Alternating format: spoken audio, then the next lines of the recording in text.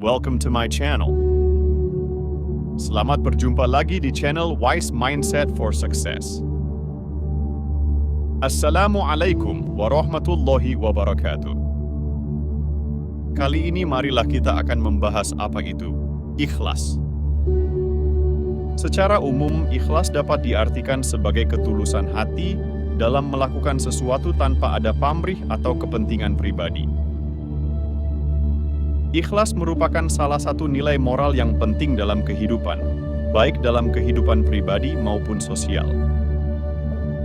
Dalam konteks psikologi, ikhlas dapat diartikan sebagai suatu sikap yang ditandai oleh adanya keselarasan antara niat yang murni, hanya untuk kebaikan dan realisasi tindakannya, serta dapat menerima segala kondisi tanpa beban.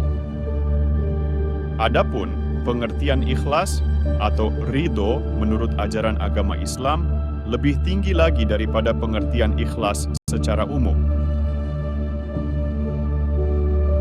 Ikhlas dalam ajaran Islam tidak hanya berarti ketulusan hati dalam melakukan sesuatu oleh Allah Subhanahu wa Ta'ala jika dilakukan dengan ikhlas. Ikhlas dalam bahasa Arab berarti mengosongkan dan membersihkannya. Oleh karena itu dapat disimpulkan bahwa ikhlas yang sebenar-benarnya ikhlas adalah suasana hati yang telah bersih dari segala perasaan yang memberatkan. Atau kalau dalam bahasa Jawa, lilo legowo, tanpa beban. Kemudian dalam konteksnya dengan agama Islam, maka tinggal ditambah dengan frasa demi karena Allah semata. Jadi, perbedaan yang mendasar arti ikhlas secara umum dan secara khusus sebagaimana disyariatkan dalam agama Islam adalah pada deminya. Perasaan ikhlas itu demi untuk siapa? Ikhlas secara umum adalah demi untuk kebaikan dengan sesama manusia dalam konteks hubungan sosial.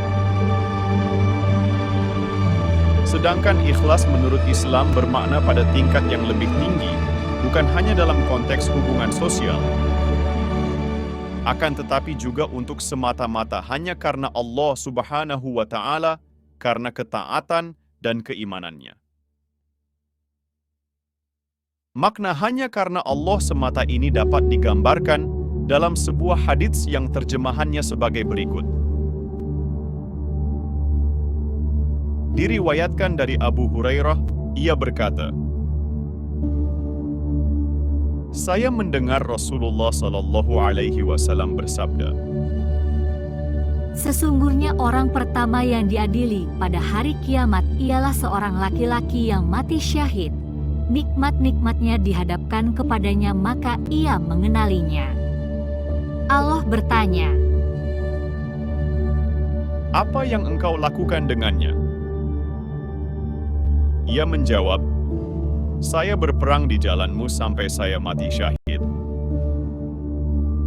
Allah berfirman, engkau bohong karena sebenarnya engkau berperang supaya disebut sebagai pemberani. Dan sudah disebut begitu, maka ditariklah ia di atas wajahnya, lalu dicampakkanlah ia ke dalam neraka. Dan seorang laki-laki yang mempelajari ilmu dan mengajarkannya, dan ia membaca Al-Quran.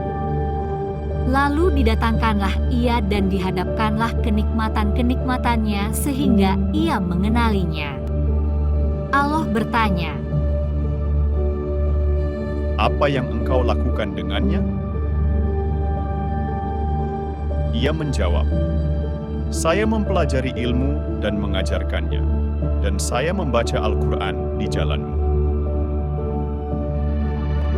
Allah menjawab, engkau bohong karena sebenarnya engkau mempelajari ilmu, supaya disebut sebagai seorang ilmuwan. Dan engkau membaca Al-Quran, supaya disebut sebagai seorang qari, dan sudah disebut begitu. Lalu ia diperintahkan, maka ditariklah ia di atas wajahnya, lalu dicampakkanlah ia ke dalam neraka. Dan seorang laki-laki yang dilapangkan dan diberi berbagai macam harta kekayaan oleh Allah. Lalu didatangkanlah ia dan dihadapkanlah kenikmatan-kenikmatannya sehingga ia mengenalinya. bertanya, "Apa yang engkau lakukan dengannya?" Ia menjawab, "Tidak ada jalan yang engkau suka untuk saya berinfak di dalamnya, melainkan saya telah berinfak untukmu."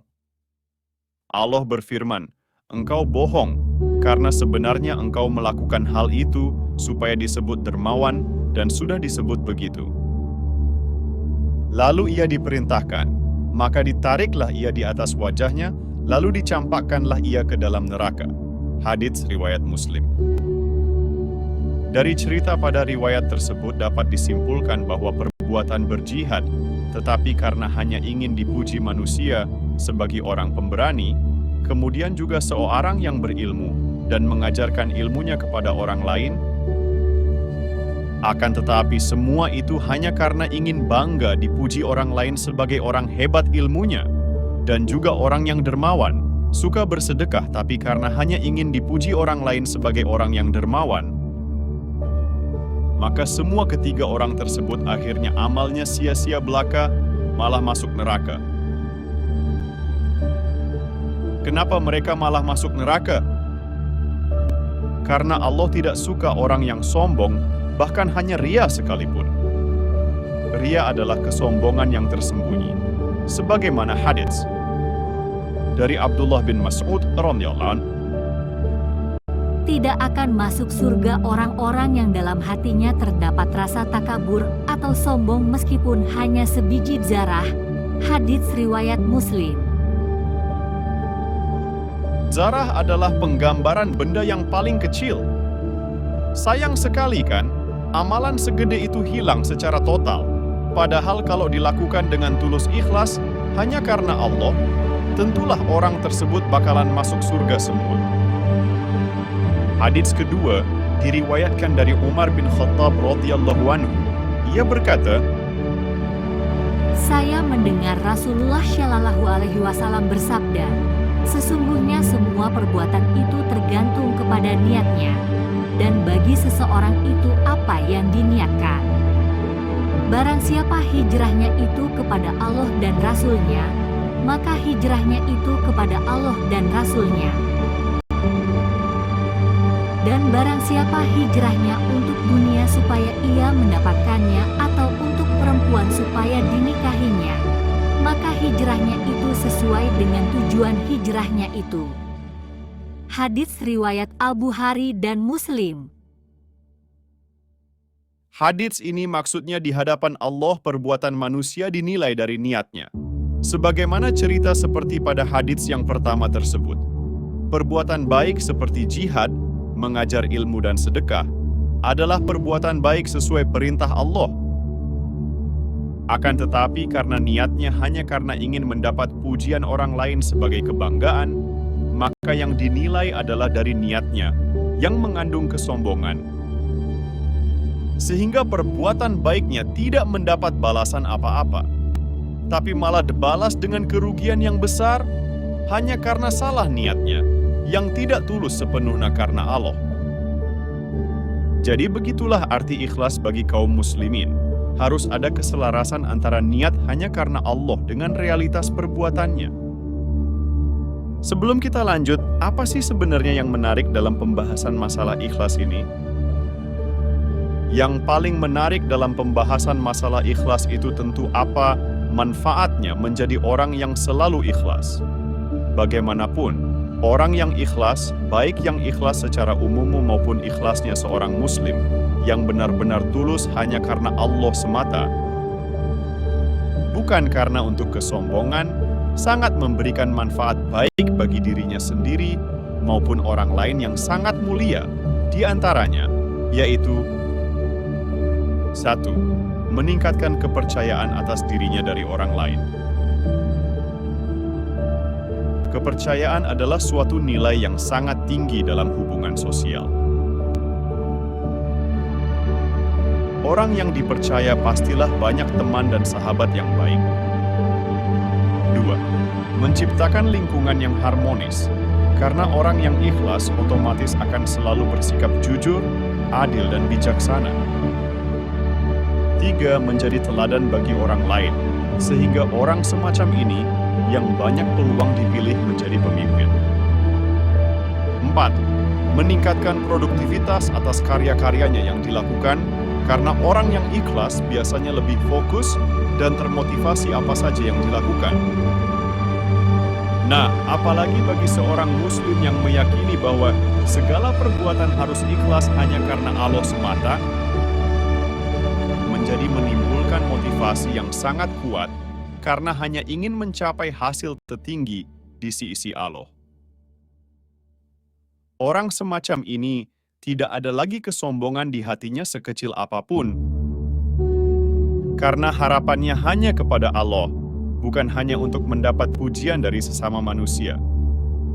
Contoh, seseorang yang bekerja keras agar mendapatkan penghasilan yang besar bisa karena didorong oleh motivasi, antara lain, ingin membahagiakan keluarga, ingin bangga menjadi orang kaya, dan agar dihormati orang lain, ingin bisa menabung untuk hari tua.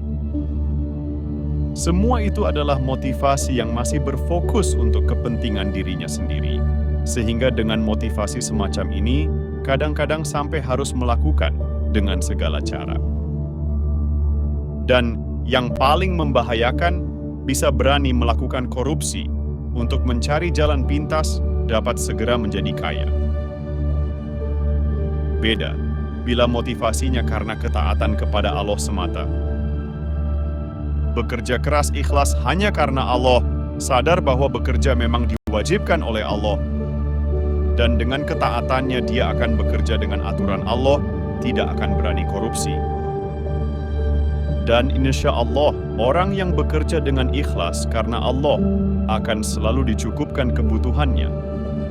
Karena orang yang ikhlas berarti juga termasuk sebagai orang yang bertakwa.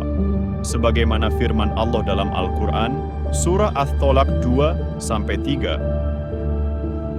Barang siapa yang bertakwa kepada Allah, niscaya Allah akan mengadakan baginya jalan keluar dan memberinya rezeki dari arah yang tiada disangka-sangkanya. Dan barang siapa yang bertawakal kepada Allah, niscaya Allah akan mencukupkan kebutuhannya. Terutama bagi orang muslim yang selalu ikhlas, hidupnya hanya karena Allah semata, akan merasakan kehidupan yang tenang, tenteram, dan bahagia. Walau dalam kekurangan sekalipun atau gagal hasil yang diusahakan tidak tercapai, tidak menjadikan sedih ataupun kecewa berat sehingga menjadi stres, karena dengan kekurangan atau kegagalan usahanya tersebut dapat diterima dengan ikhlas. 6. Dan puncaknya manfaat ikhlas bukan hanya diperoleh untuk kehidupan di dunia saja, akan tetapi di akhirat kelak ikhlas adalah sebagai jalan yang dapat mengantarkan masuk surga. Karena ikhlas merupakan syarat yang paling dasar, diterimanya amalan oleh Allah SWT.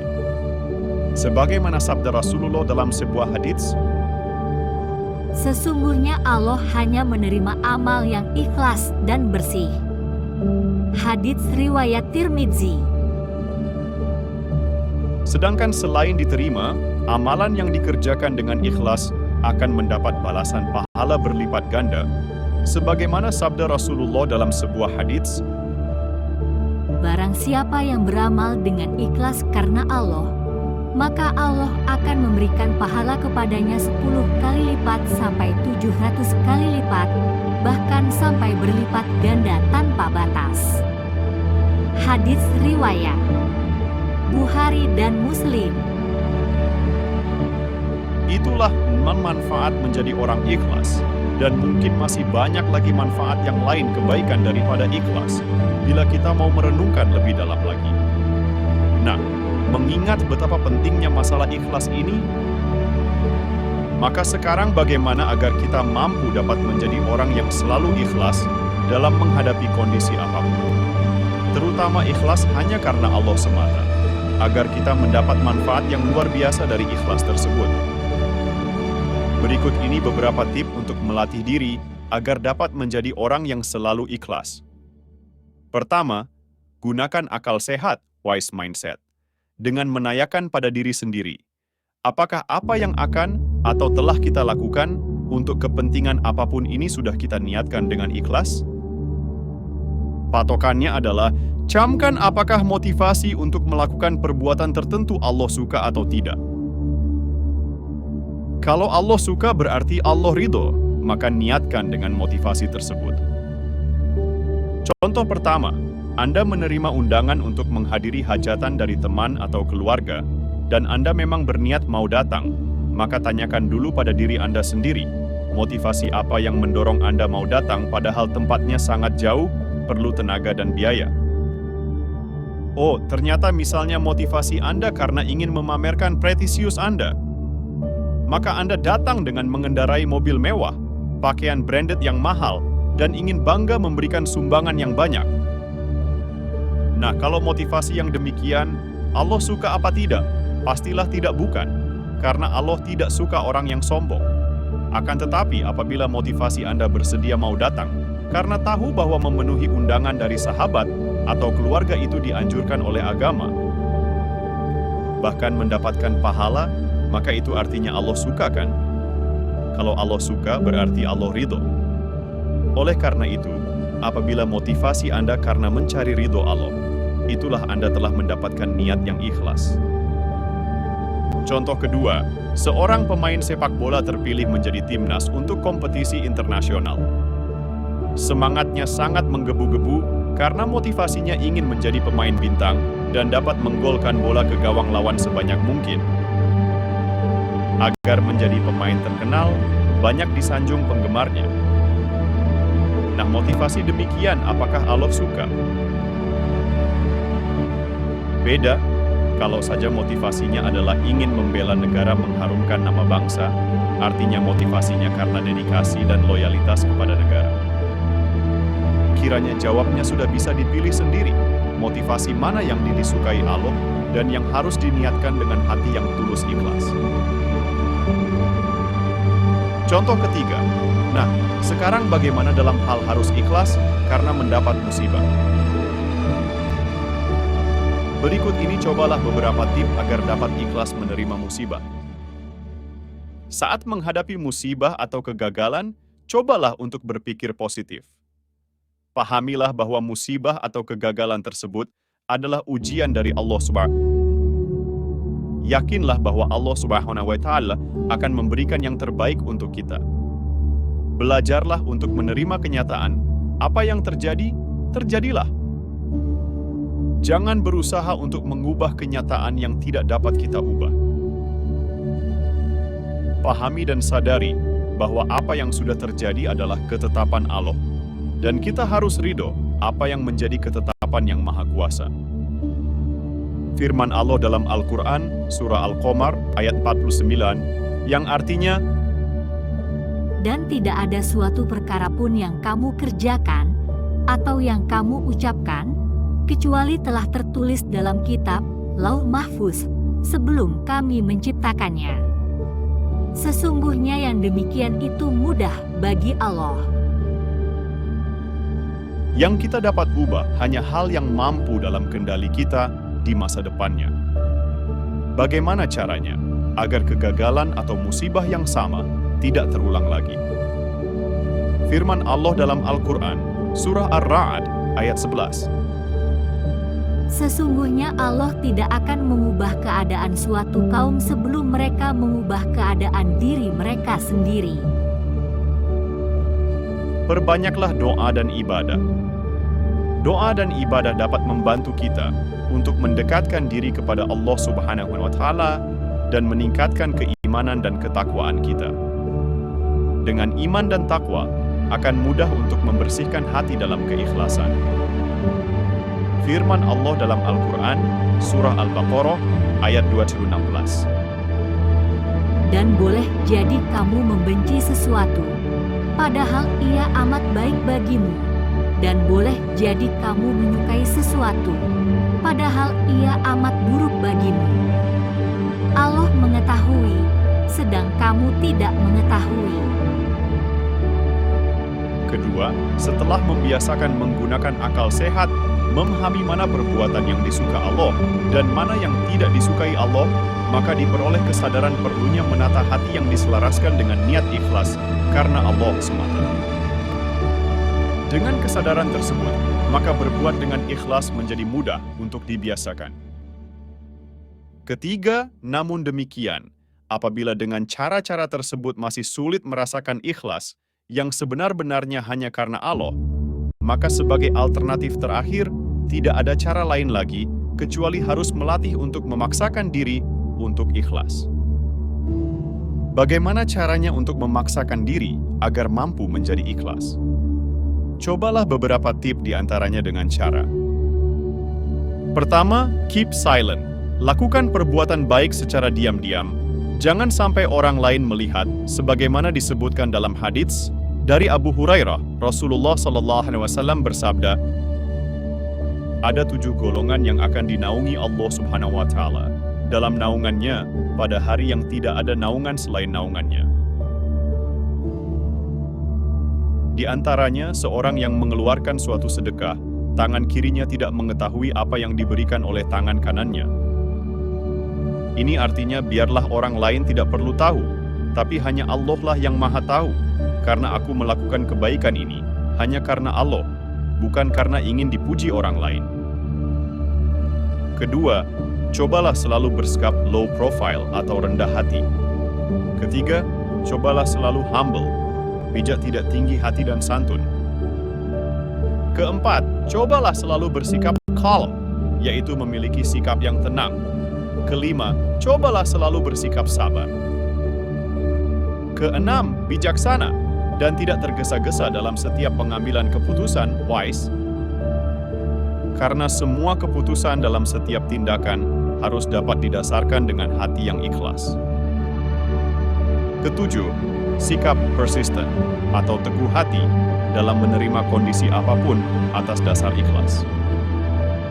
Hanya dengan membiasakan memaksakan diri untuk ikhlas karena Allah semata sebagai cara yang paling efektif untuk berhasil agar bisa benar-benar ikhlas. Sulit berhasil untuk ikhlas yang sebenarnya bila tidak sanggup melakukan pemaksaan terhadap dirinya sendiri untuk ikhlas. Kemampuan memaksakan diri itu karena didasari pada kesadaran pentingnya manfaat bila dapat merasa ikhlas. Untuk membiasakan agar mampu memaksakan diri untuk ikhlas, dapat juga dibantu dengan afirmasi, dengan kata-kata bijak untuk dirinya sendiri. Misal, aku ikhlas, aku ridho.